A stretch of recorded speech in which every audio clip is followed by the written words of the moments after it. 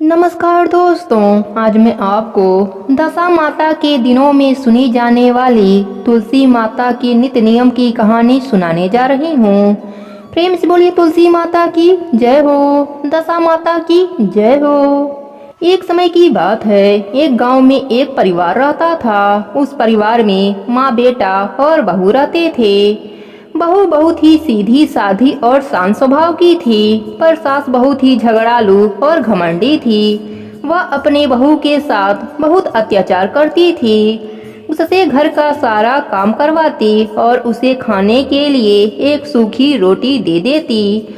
उसके पति को यह सब पता नहीं था। वह सुबह होते ही खेत में चला जाता और बहू सुबह होते ही काम में लग जाती। एक दिन एक पड़ोसन बहू से मिली। बातों ही बातों में तुलसी माता के महात्म्य को बहू को बताया।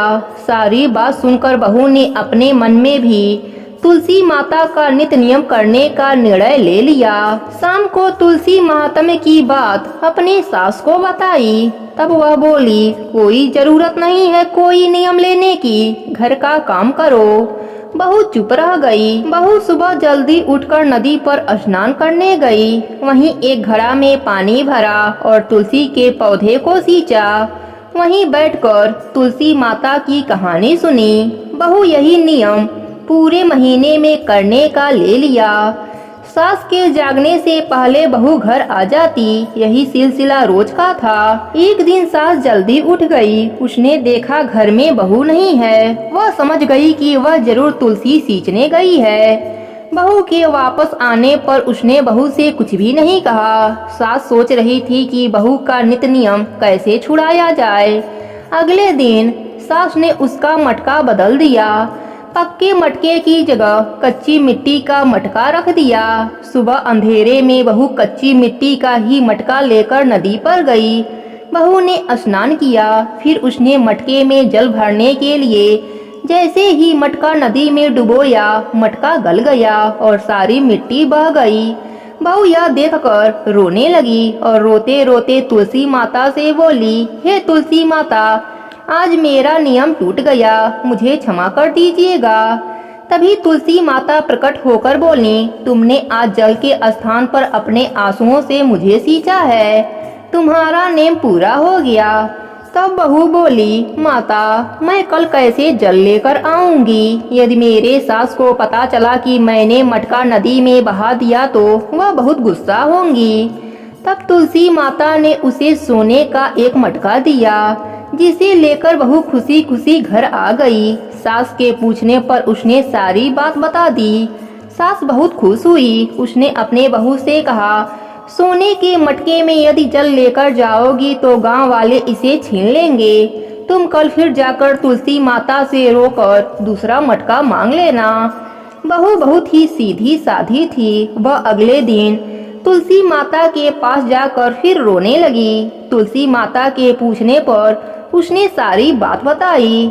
तुलसी माता ने उसे एक चांदी का मटका दिया। वह चांदी का मटका लेकर घर आ गई, लेकिन उसकी सास ने वह भी रख लिया और अपने बहू से फिर अगले दिन रोने को कहा। बहू सास के डर से फिर तुलसी माता के पास बैठकर रोने लगी। फिर तुलसी माता आकर पूछा, क्यों रो रही हो? बहू ने सारी बात बताई। तुलसी माता ने कहा, तेरे सास की लालच कभी भी खत्म नहीं होगी, तू आज मिट्टी का मटका ले जा।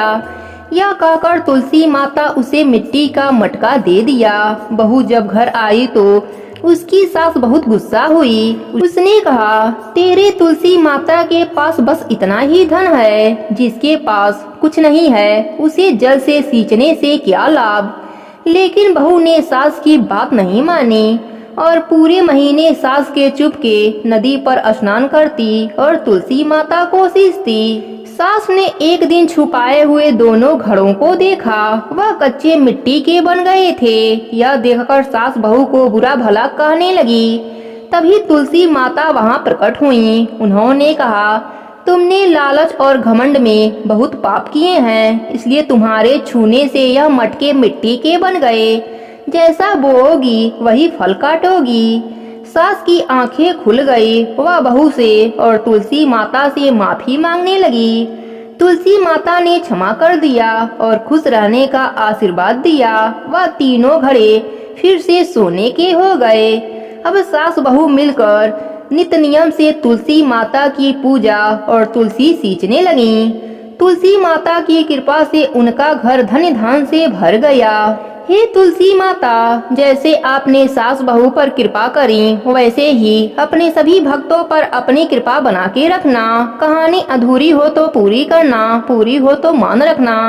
प्रेम से बोलिए तुलसी माता की जय हो।